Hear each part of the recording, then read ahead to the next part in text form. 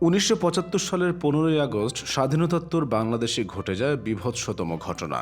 তবে যেই পরিবারের সাথে এই ঘটনা ঘটে সেই পরিবারের দুই জীবিত সদস্য শেখ হাসিনা ও শেখ রেহানা এর কিছুই জানলেন না। সে সময় দুই বোনই একসাথে বেলজিয়ামে ছিলেন। পরের দিন সবকিছু জেনে বাকরুদ্ধ হয়ে গেলেন দুজন। মুহূর্তে যেন গোটা পৃথিবী মাথার উপর আছড়ে পড়ে তাদের।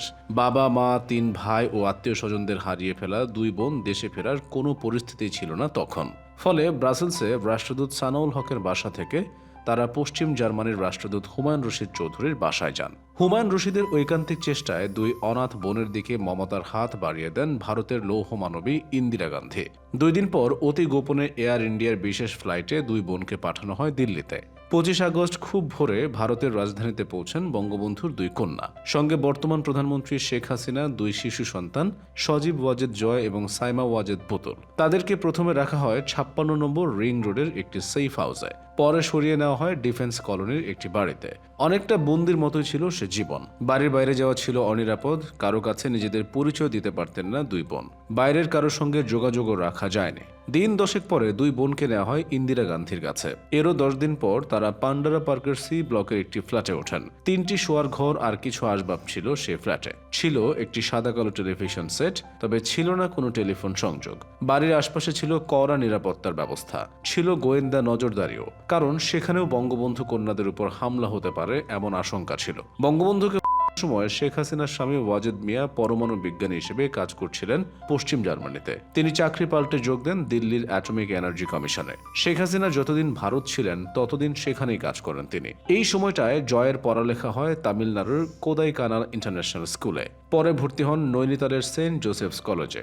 স্কুল কলেজের গণ্ডি পেরিয়ে ইউনিভার্সিটি অফ বেঙ্গালুরে ভর্তি হন কম্পিউটার সায়েন্স নিয়ে। পরে চলে যান যুক্তরাষ্ট্রের আর্লিংটনের ইউনিভার্সিটি অফ টেক্সাসে। শেখ হাসিনারা দিল্লিতে থাকার সময় ভারতের প্রখ্যাত রাজনীতিক ও সাবেক রাষ্ট্রপতি প্রণব মুখার্জি তাদের অভিভাবকের ভূমিকা পালন করেন। শেখ হাসিনাকে তার বড় মেয়ে বলে মনে করতেন প্রণব। ভারতের রাষ্ট্রপতি হওয়ার পর প্রথম বিদেশ সফর হিসেবে ২০১৩ সালে বাংলাদেশে এসেছিলেন প্রণব। শেখ হাসিনা তখন তাকে নিজ হাতে রান্না করে খাইয়েছেন।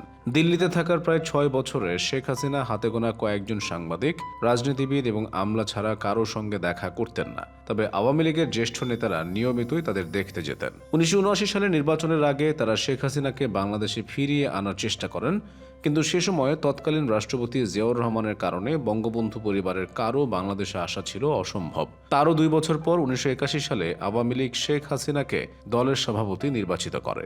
এরপর নানা বাধা বিঘ্ন উপেক্ষা করে তিনি আসেন ঢাকায়। দিল্লিতে কাটানো এই সময়টায় বঙ্গবন্ধু কন্যা ছিলেন বিপর্যস্ত। ১৫ই আগস্টের হত্যাযজ্ঞের কথা বিশ্বাস করাই ছিল কঠিন, মেনে নেওয়া তো ছিল আরও কঠিন। সেই স্মৃতি বিভীষিকার মতো তাড়া করে বেরিয়েছে তাকে। তার সঙ্গে দেখা করতে গেলে স্বামী ওয়াজেদ মিয়া সবাইকে বলতেন কেউ যেন ১৫ই আগস্টের প্রসঙ্গ না তোলেন। এর মাঝে শেখ রেহানার বিয়ে হয় ইংল্যান্ডে, কিন্তু ইংল্যান্ডে যাওয়ার বিমানের টিকিটের পয়সা তখন ছিল না, সেটিও জোগাড় করে দেন ইন্দিরা। তবে পরে ধীরে ধীরে মন শক্ত করেন শেখ হাসিনা। ১৯৮১ সালের ১৭ই মে দেশে ফেরেন মানসিকভাবে শক্তিশালী, দৃঢ় প্রতিজ্ঞ একজন মানুষ হিসেবে। এখন তাকে টলানোই কঠিন।